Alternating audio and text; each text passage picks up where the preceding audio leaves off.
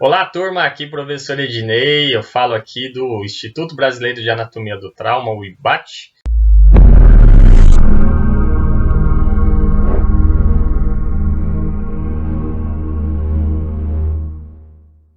E venho hoje aqui falar para vocês de um assunto muito interessante. Recebo muitas dúvidas, perguntas sobre essa temática, que é falar um pouquinho do posicionamento anatômico da estrutura do sistema respiratório, propriamente dito um pouco da traqueia e dos seus brônquios. Quando nós falamos de afogamento, edema pulmonar, é muito comum de ter achados da presença de líquido, de secreções, mais do lado direito do que o esquerdo. Então, uma das características que está relacionada a esse assunto em si é o posicionamento anatômico.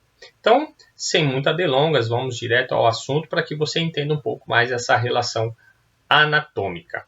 Então, vamos começar falando da traqueia. A traqueia em si, ela é um órgão tubular e semirrígido porque a parte posterior dela é formada por tecido mole, então nós vamos reforçar essa ideia. A sua parte anterior, lateral, é tecido cartilaginoso. Ela tem basicamente aí 12 centímetros de comprimento e 2,5 centímetros de diâmetro. Essa relação de comprimento, diâmetro, pode ter relações de diferenças anatômicas variando de pessoa para pessoa, de perfil, de tamanho da caixa torácica, tamanho da estrutura respiratória. Então, essa relação ela pode variar um pouco de pessoa para pessoa. Liga a laringe na sua parte superior e na parte inferior os brônquios primários. Então, eu posso dizer que a traqueia ela começa logo abaixo da cartilagem da laringe, que é a cricoide. Logo abaixo da cricoide, então, eu já tenho início da traqueia. Então, esses 12 centímetros que nós temos é indo da traqueia, da linha inferior da laringe, até o início aí da primeira ramificação, que é a presença dos brônquios primários. Quando ela bifurca, já forma os brônquios primários e termina, então, em si, a traqueia. Ela é composta basicamente por 16 a 20 cartilagens de tecido hialino em forma de C. Então, nós falamos em si que a traqueia ela tem essas cartilagens em formato de ferradura. Alguns chamam isso de anéis, pensam que ela é totalmente arredondada, no formato de anel propriamente, mas não é. A parte posterior ela não tem cartilagem, ela tem tecido muscular, tecido ligamentar, então por isso que nós denominamos na anatomia de ferraduras ou formato de C. Essa totalidade de 16 a 20 também pode sofrer alterações variando de pessoa para pessoa. A traqueia ela é dividida em duas grandes regiões, que é a porção mais superior, que é a cervical, e a porção inferior, que é a porção torácica. A porção cervical ela fica mais na linha do pescoço, por isso recebe esse nome, logo abaixo da laringe, e a porção torácica, que é a maior da traqueia, ela já entra propriamente na caixa torácica, por isso ela recebe essas denominações. Nós temos logo abaixo da região torácica a ramificação dos brônquios, tá? Brônquio principal direito e brônquio principal esquerdo. Então, aqui nesta imagem, na primeira imagem, vocês conseguem perceber que essas cartilagens com formato de ferradura ou formato de C, nós chamamos em si de arcos cartilaginosos, e elas são ligadas um arco ao outro por ligamentos chamados ligamentos anulares. É o que permite a fixação desses arcos. Na parte interna, ela é forrada, a sua parede membranosa, ela é forrada por um tipo de tecido que nós chamamos tecido epitelial pseudoestratificado cilíndrico ciliado.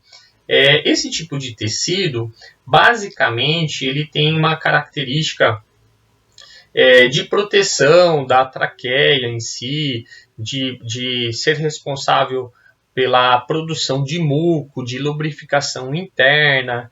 Tem cílios também que facilitam a expulsão e a limpeza da traqueia de pequenas partículas. Então, é um tipo de tecido específico que forra e reveste esse tipo de órgão para facilitar a proteção do nosso sistema respiratório.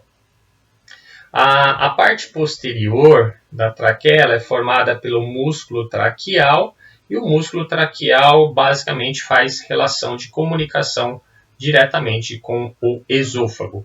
Aqui nessa imagem a gente consegue perceber que lá no final da traqueia existe a primeira bifurcação.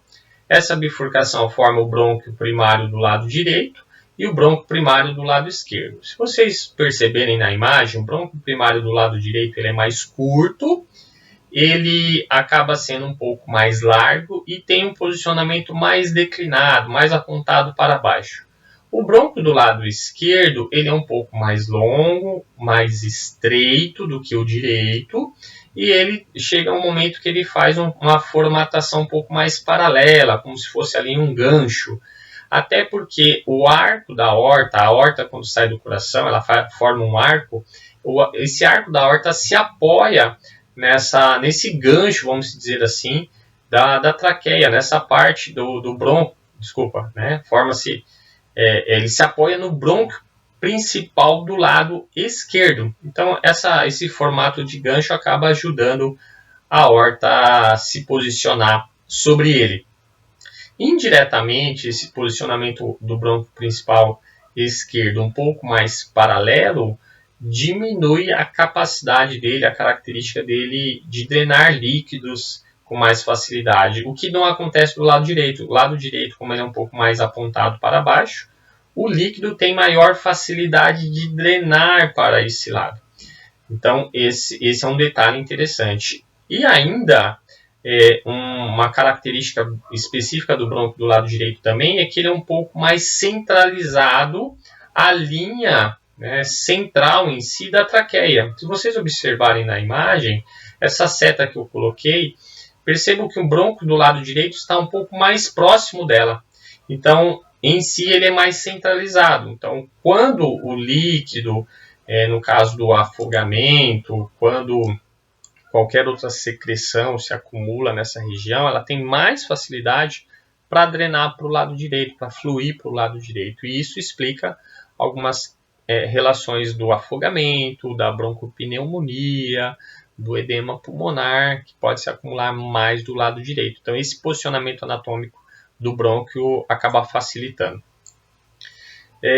Aqui uma imagem que mostra a relação de comunicação entre traqueia e esôfago. A traqueia ela fica na frente do tubo do esôfago, que é um tubo muscular, e a relação de ligação entre esses dois órgãos é uma relação muscular.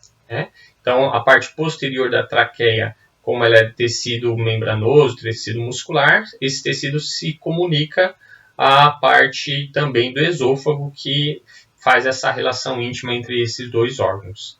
Aqui a gente consegue ver que a traqueia, então, ela está acima do coração, acima da base do coração, fica na linha anterior do pescoço e do tórax, e ela entra basicamente aqui na linha medial dos nossos pulmões, numa região específica do pulmão, chamado de ilho pulmonar, que é onde os brônquios acabam se penetrando para acessar o pulmão em si. Internamente, quando a gente abre essa porção final da traqueia para olhar, a gente percebe que essa ramificação, no meio dessa bifurcação, tem uma lâmina. Essa lâmina é chamada de carina. A lâmina em si é chamada carina. Isso é um detalhe importante. E vocês conseguem perceber que o brônquio principal do lado direito é um pouco mais apontado para baixo, enquanto o esquerdo é um pouco mais paralelo. E na imagem vocês conseguem perceber que o brônquio direito ele fica um pouco mais centralizado ao meio da traqueia. Então tudo que entra aí na traqueia tem mais facilidade de correr, de drenar para o lado direito também. E aqui uma imagem mais aproximada mostrando essa lâmina para vocês, que nós chamamos em si de carina, e que muitos confundem também, acham que é a bifurcação que chama carina, não, é a lâmina, que divide, que faz essa separação, que recebe aí o nome de carina. Então, basicamente, essa é a nossa relação de entendimento anatômico do afogamento, da broncopneumonia, de drenagem de líquidos para o lado direito. Então, a anatomia consegue explicar um pouco isso. Espero que você tenha gostado. Te espero na nossa próxima aula. Um grande abraço do professor Ednei Fernando. Até mais.